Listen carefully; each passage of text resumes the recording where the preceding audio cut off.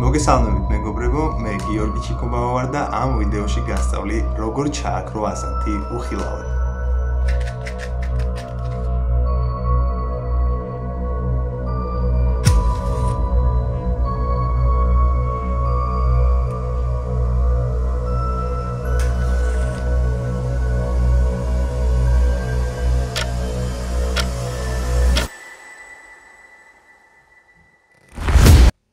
სანამ გადავალთ ამ მეთოდის ახსნაზე, გეტყვით კურსის შესახებ, იცით რომ დავიწყე მოსწავლეების და აქედან გამომდინარე, მხოლოდ 2 ადგილი არის დარჩენილი, ასე რომ არ გამოტოვოთ შესაძლებლობა გახდეთ წარმატებული შემსრულებელი ამ სფეროში.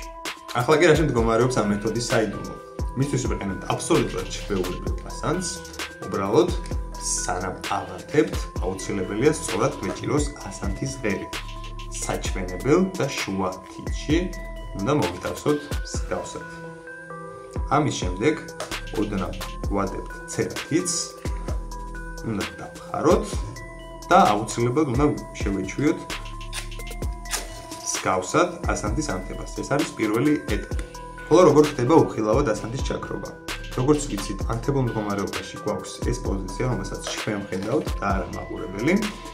ამ მხრიდან საერთო მაყურებელი ხედავს, რომ ცერა თითით ვაკონტროლებთ ასანთის მცირე ნაწილს. ჩაქრობა ხდება ძალიან მარტივად ცერათის ოდნავ ჩამოწევით. ასანთის ღერზე ვიგდოთ ცერათი და უბრალოდ ჩამოვწევთ ძირს.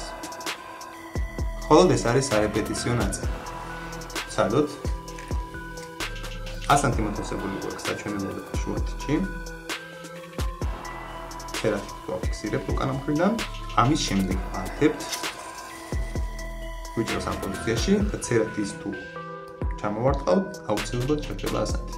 ეს კი მაყურებლის თვალთახედვაში საერთოდ არ ჩანს. რაც შეეხება შესრულებას მაყურებლის რაკურსიდან, შემდეგნაირად გამოიყურება. აქ შეგვიძლია გაფორმებისთვის და დრამატურგიისთვის მეორე ხელი დავიხმაროთ. 1, 2, 3 და უბრალოდ მომენტი დავასვათ, როცა ცერათის დაბლა ჩამოვწევთ. დავხიცოთ. ან ასევე პერფორმანსის დროს როგორც ნახეთ, შეგვიძლია დროს მოვარგოთ ეს ყველაფერი.